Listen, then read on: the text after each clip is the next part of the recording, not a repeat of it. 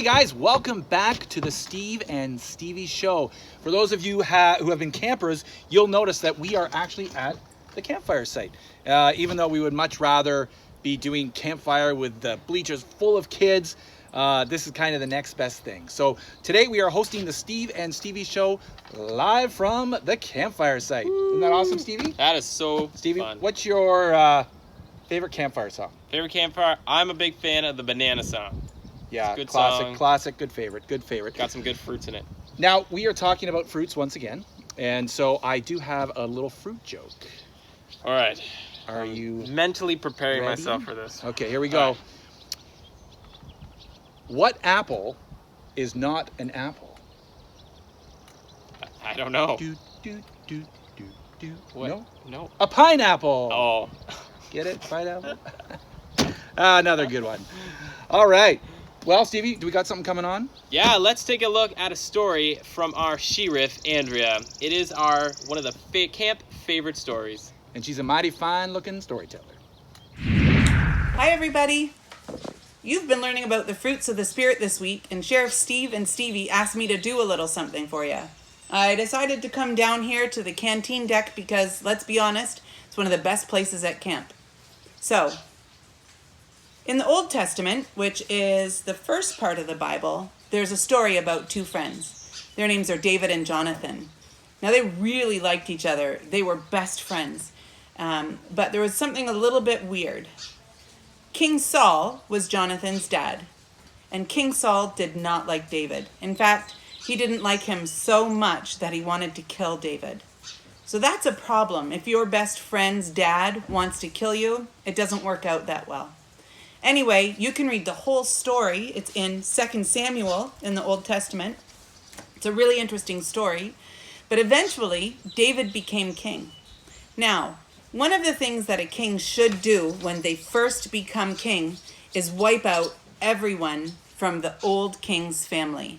That was so that nobody would come and challenge your throne in later years. David didn't do that, though. After David became king, he got busy doing king stuff, and he, grew his kingdom. And after some time, David thought about his best friend Jonathan, and he decided that he wanted to show kindness to someone in Jonathan's family. Let's read it together here in 2 Samuel 9. In 2 Samuel 9, verse 1, it says, "One day David asked, 'Is there anyone left of Saul's family? If so, I'd like to show him some kindness in honor of Jonathan.'" Kindness. That's a fruit of the Spirit that we're talking about today. What is kindness? Kindness is when we react to someone in a way that they don't deserve. When we react to someone with kindness or sweetness or forgiveness or gentleness when they don't deserve it. So King David wanted to show kindness to someone in Jonathan's family. Now, the person that was still alive in Jonathan's family was named Mephibosheth. So David got word to Mephibosheth that he wanted him to come and see him. And Mephibosheth was pretty worried because he knew he didn't deserve kindness. Now, we're just going to imagine that this egg here is Mephibosheth and that this jar here is the situation.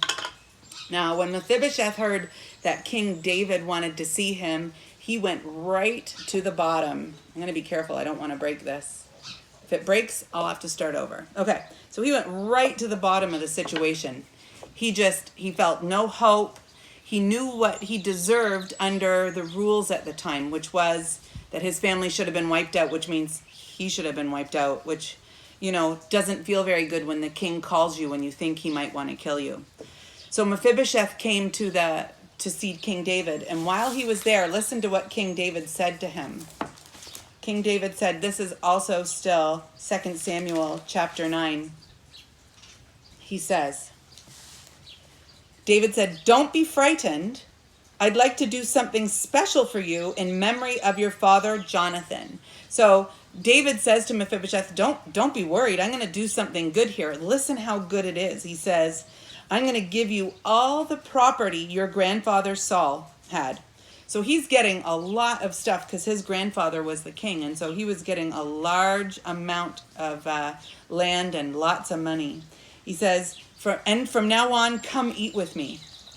So Mephibosheth came to the situation right down at the bottom. But instead of David doing what he deserved, David added kindness. Now this is a bit funny, but my salt is feeling lumpy. So I'm just gonna, this is salt, but it's a clump. So I'm gonna just add in some salt and stir. And the salt in this demo is like kindness. So what would happen if we add kindness to a situation and somebody's at the bottom of that situation? Let's have a look. Oh, well, so far nothing. So I'm just gonna like add some more, stir it up a bit here. Let's see what we can do. Oh, still nothing. So Mephibosheth, when he showed up, he actually thought that the king might kill him. And when David started being kind to him, Mephibosheth said, "Why would you be kind to a dead dog like me?" Mephibosheth knew that it wasn't good for him. I don't know. Can you see through this cloudy water? Do you see what's happened in here? The egg has come up to the top. That's what kindness does. Oh, put the camera back, sweetie. That's what kindness does. Kindness changes a situation, and it takes us from the bottom up to the top of the situation. Now, there's going to be times in your life when you need to add kindness, and you can change a situation by adding kindness. Maybe somebody took something of yours, and you know what? You could demand that they pay you back, and you demand that they do pay you more back because you know they hurt you or took something that was yours. You can show kindness and forgive them. Maybe in your house there's some brothers or sisters, and sometimes your brother or sister bugs you. You can show kindness by being good to them even when they don't deserve it. And when you add kindness, oh, you can start to see it here. The salt's starting to clear. When you add kindness to a situation, it changes the situation. You know what? Kindness is called a fruit of the Spirit because it grows when we're in the Spirit, when we're with God, when we're working with God in our lives, our kindness will grow. So if you want to see your kindness increase, spend more time with Jesus, learning about him. Spend more time praying, and your kindness will grow. Thanks, guys. Again, if you want to see that really cool story, it's in 2 Samuel. Well, that's the best storyteller I've ever seen. The story was a great example of the fruit of the Spirit, and we're going to talk about that. We're going to talk about today. The story showed the impact kindness can have on people and in our life. Kindness is a good thing, Stevie. Sure is. And kindness means showing God's love to other people. And how do you guys act when someone is unkind and mean to you? How do you guys act? It might be your automatic reaction to be mean or, not show kindness at all. And we have a Bible verse coming up from our very own Carice. I wonder where she'll come from today. Don't know.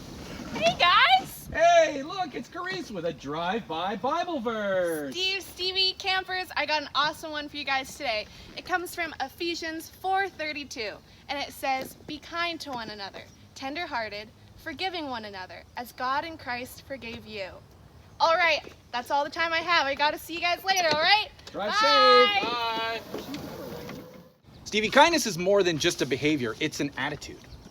When we feel and show concern for others, we want to spread kindness. Many times showing kindness means we put someone else's needs before our own, which can be hard sometimes. Sure is. Some great ways we can show kindness is by saying something nice, including someone who is left out or helping someone who is in need. And you know what? I think we come across those kind of situations all the time. And sometimes, we ignore them or we're like, well, we don't have time to be kind. But kindness is an important thing. Yeah, and God shows us kindness by sending his son to us, and he died for us. He continues to show us kindness daily as he takes care of us. And it's because of God's kindness that we can be kind to other people. Yay, God.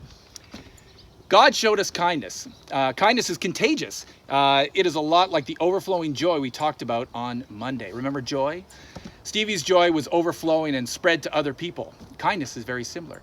when you are kind to others, it encourages them to be kind as well. Another example might be, giving people more cookies, right? Like, kindness, cookies, kindness, they go together. Yeah, don't have any today, though. Okay. Being kind is an incredible strength. Our words and actions have a big impact on those around us, and God can make us very incredibly kind and capable of kindness. Remember, here's a point to remember. Kindness is showing God's love to others. We want you, here's a little challenge, we want you to do a random act of kindness, and we want you to tell us about it. We would love to hear about ways that you guys are being kind to other people, so we can do it ourselves or we can tell other people. Send the ranch an email or a Facebook message or a message and let us know what you did and how it made you feel. I like to save a little bit of money, and the good thing about kindness is it can cost you nothing, but it means everything. Thanksgiving, love, joy, peace, patience, kindness, goodness, faithfulness, gentleness, and self-control. Woo, woo, woo. Love, joy, peace, patience, kindness, goodness, faithfulness, gentleness, and self-control. Woo, woo, woo. Whoa, whoa, whoa. Hey guys, welcome back to the Steve and Stevie Show. We are so excited to have you guys back. We talked a little bit about kindness, and remember, we gave you the challenge. We want you guys to go out and do some random acts of kindness. Now, I know it's a bit hard, during this whole COVID thing, but just because we have to social distance and we can't hang out with people, there's still kind things that we can do. Even an email, send an encouraging email to a friend or a message. Those are some ways that we can be kind. Being kind to our family members. Sometimes we are not kind to those that we love the most and that we live with. So I encourage you guys, find some ways that you can be kind to your family members and to those people around you. And let's take a minute to check out a little story about Saul. Paul, I guess he was Saul. Saul then Paul. And now he's Paul. And then, whatever. Let's just take a look at it. Look at the video yourself. Check it out. You're going to love the video. This is Saul. Saul was a Pharisee who hated the followers of Jesus so much that he would hunt them down to be brought to trial in Jerusalem. And he would even seek to murder them.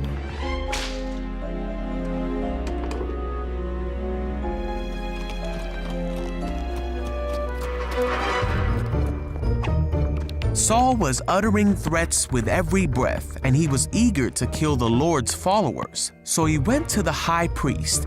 He asked him to write a letter to the Jews in Damascus that would allow him to arrest any Christians he found there.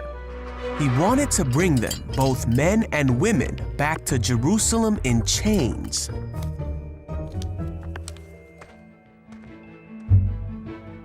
Now Saul went on his way, and as he came near Damascus, a light from heaven flashed around him, and he heard a voice that said, "Saul, Saul, why are you persecuting me?" Saul cried out, "Who are you, Lord?" And the voice said, "I am Jesus. Rise and go into the city, and you will be told what to do." So Saul got up and he opened his eyes, but he couldn't see anything.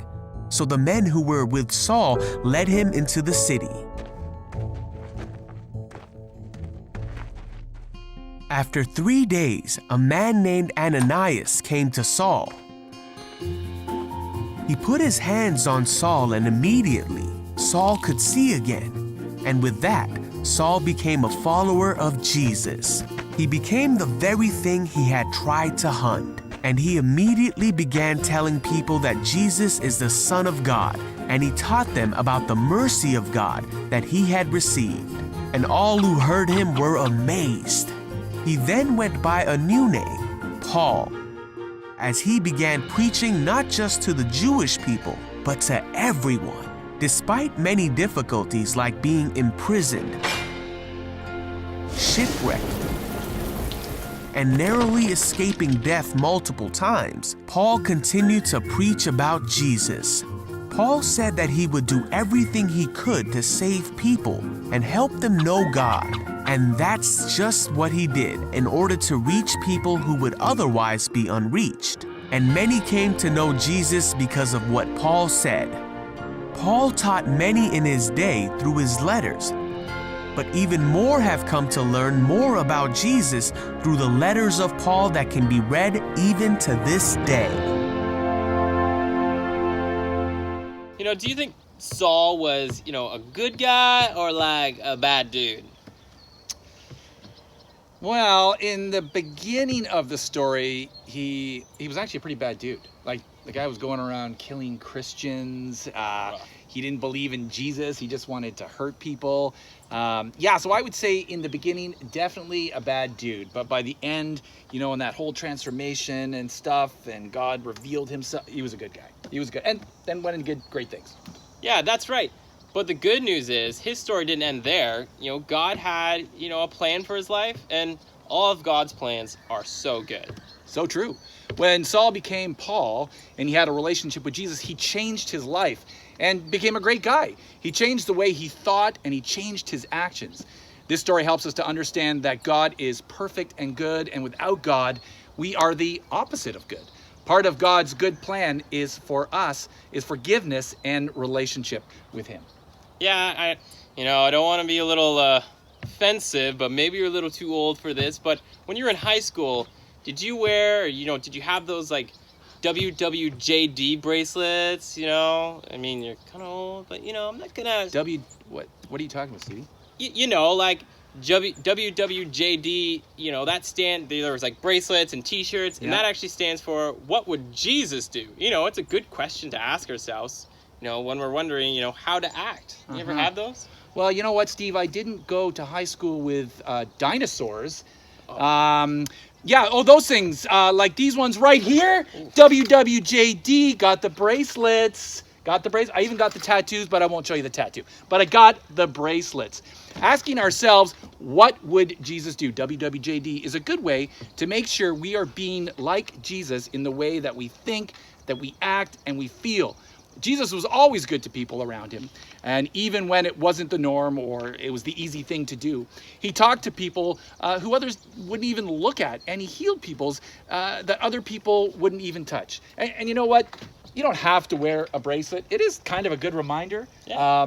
But you know what? If we can just try to think on a daily basis, what would Jesus do in this situation? That would be helpful.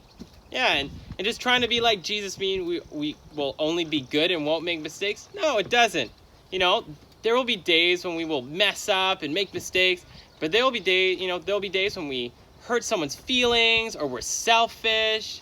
But if we're just trying our best in building a relationship with God, then God's character will shine through us. His fruits start to come out of us. His goodness will show in our lives. So true. So true. The Bible tells us in Romans 2:21 that we shouldn't be overcome by evil, but that we should overcome evil with good. Good example right here. This is evil. This is good. Don't be overcome by evil. Overcome evil with good. Those are handy little things to explain. It's true. We are good because of the good things we have done, and we are bad because of all the bad things we have done. We are good simply because God created us good. And we can know that we are loved by God and he created us good. And he wants us to grow our goodness. Sure does. And just like the other fruit that we've been learning about, goodness grows when we stay connected to Jesus. You know what, Stevie? We got to bring it back to the Bible. The Bible is 100% true. It's a great way to learn. I'm pretty sure that Teresa's around here somewhere with a Bible verse. Hey, There she is. How you guys doing? Hi, Steve. Hi, Stevie. Hey, campers. You got a Bible verse for us? Of course. Let's hear I got it. a great one for you guys today. It comes from Romans 12:9. It says, "Love has to be sincere. Hate what is evil and cling to what is good." All right, I'll see you guys later. Bye. Pop back in some other time. Where'd you go? She always just disappears. She's like a magician. If you are in a situation and you're uncertain of what to do or what to say, we want you guys to ask yourselves this question. What would Jesus do? It's important for us to try our best and let Jesus his characteristics shine through us. So like the stuff that we've been learning, kindness and compassion and patience and all those things are things that we can practice so that we can be more like Jesus on a daily basis. All right, well, thanks so much, guys. It's been great having you here on the Steve and Stevie Show. We hope you've enjoyed, and tune back in. Bye. Bye.